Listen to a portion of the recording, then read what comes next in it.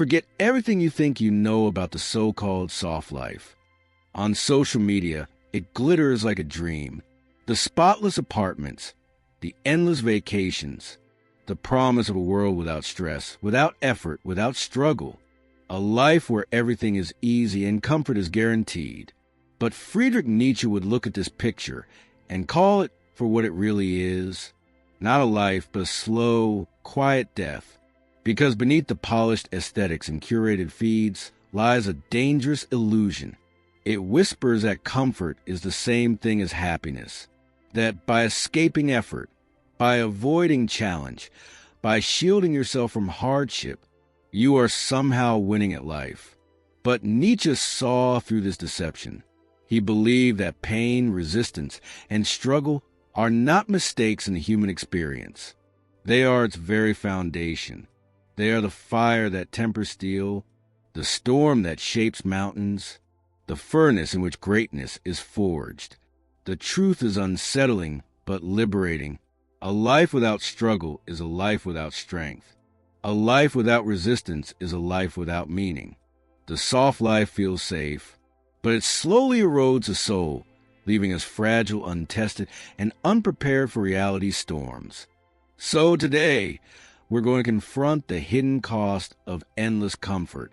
We'll explore why avoiding struggle doesn't free you. It destroys you. And we'll uncover why Nietzsche's dark, uncompromising philosophy may hold the antidote to the toxic dream of perpetual ease. Scroll through social media today, and you'll notice a familiar theme. Picture-perfect feeds of people lounging in spotless apartments, sipping coffee out of pristine mugs, vacationing endlessly, and repeating the mantra of a soft life. The message is seductive and simple. Work less, stress less, avoid drama, seek comfort, escape struggle, a life without friction, a life of pure ease. And at first glance, it feels undeniable. Who wouldn't want it? After all, isn't the natural human instinct to move toward pleasure and away from pain?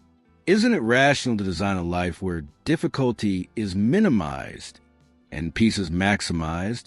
But here's the question Nietzsche would raise. What becomes of the soul when it is never tested? What happens when the human spirit, designed to wrestle with adversity, is carefully shielded from resistance at every turn? His answer was stark. That soul does not evolve. It weakens. It contracts. It shrinks into something smaller than it was meant to be.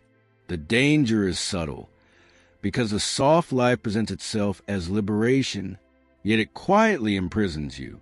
Comfort whispers promises of happiness, but what it really breeds is fragility. The more you run from struggle, the less capable you are of facing it when it inevitably arrives. Nietzsche saw this as the ultimate deception.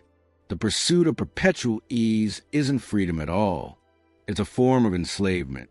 Enslavement not to life's harsh realities, but to your own fear of them. Nietzsche once wrote the famous line, "What does not kill me makes me stronger." Today, people throw it around like a motivational slogan, but for Nietzsche, it was no empty phrase. It was a law of life. He believed existence was never meant to be a smooth path of comfort.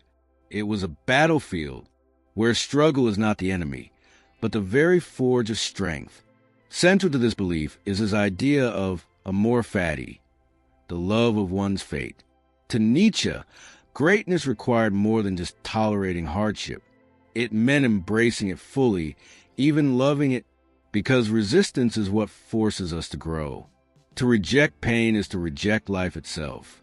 Picture a blacksmith's forge, raw metal thrown into fire, hammered again and again, tested under heat and pressure until it takes form. Left untouched, the metal remains brittle and useless. Only through fire does it become a sword. Nietzsche believed human beings are the same.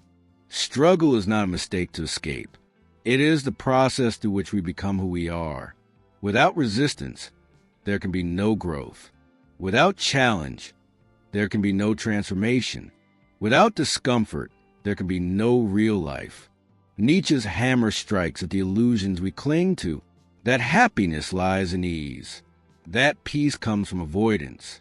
For him, it was precisely in the resistance, the pressure, the fire of hardship, that human beings uncover their deepest strength.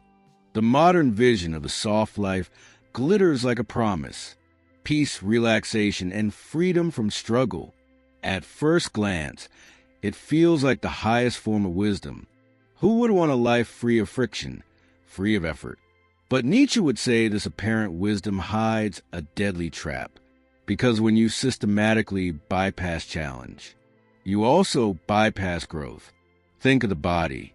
Imagine someone who never lifts, never strains, never tests their limits. In the short term, they might feel safe, untouched by pain. But over time, their body becomes weak, fragile, incapable of carrying even the smallest burden. Nietzsche believed the exact same law applies to the spirit. A soul that never wrestles with intellectual or emotional struggle doesn't remain neutral. It withers. It declines. This is why Nietzsche warned of the figure he called the last man. The last man is the child of comfort, the product of safety and mediocrity. He avoids risk. He avoids pain. He avoids anything that might disturb his shallow calm. He thinks he has chosen wisely, but in truth, he has chosen the smallest possible life. A life without danger, yes, but also a life without greatness. And here lies the hidden danger of the soft life. It does not prepare you for reality.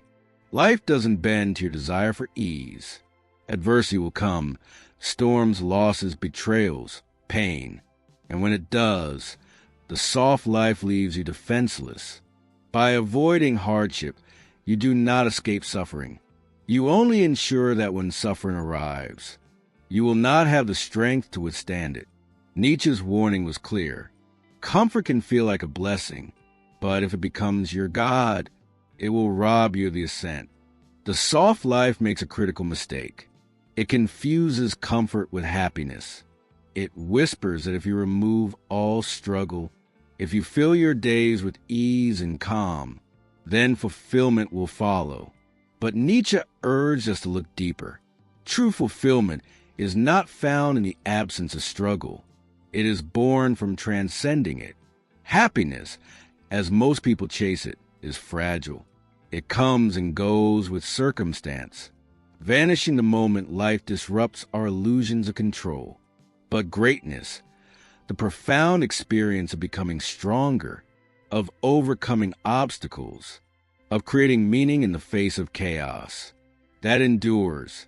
Greatness is not something handed to us in moments of comfort. It is carved from fire and resistance. Nietzsche despised the reduction of life to mere contentment. For him, it was an insult to the human spirit to believe our highest goal was simply to be safe and entertained. His critique of the last man was aimed at this very mindset, a life so small, so complacent, that it abandoned the call to reach higher. And here lies the revolution in Nietzsche's thought. He did not see suffering as a punishment or a detour to be avoided. He saw it as raw material, the building blocks of transformation. Pain, in his eyes, was not the end of life. It was the very beginning of becoming something greater than you are. The soft life sells the illusion that comfort is the same as happiness. If you can minimize stress, avoid friction, and surround yourself with ease, then, so the story goes, you'll finally be fulfilled. But Nietzsche wanted us to dig beneath this illusion. For him, true fulfillment never comes from the absence of struggle. It comes from transcending it, from taking hardship and turning it into strength. Happiness, in the way most people pursue it, is fragile. It depends on circumstances, money, recognition, comfort, validation. And because it depends on what can easily change, it disappears the moment life shifts. But greatness is different. Greatness is the feeling of becoming stronger through trial, of enduring chaos and shaping meaning from it. Greatness is the sense of standing taller, because you have faced a storm and not collapsed. This is why Nietzsche despised reducing life to mere contentment. He saw it as an insult to the human spirit, to live only for safety and comfort. His figure, the last man, captured this decline, a person who refuses risk, avoids struggle, and thinks himself wise for choosing comfort, yet has quietly abandoned the call to something higher.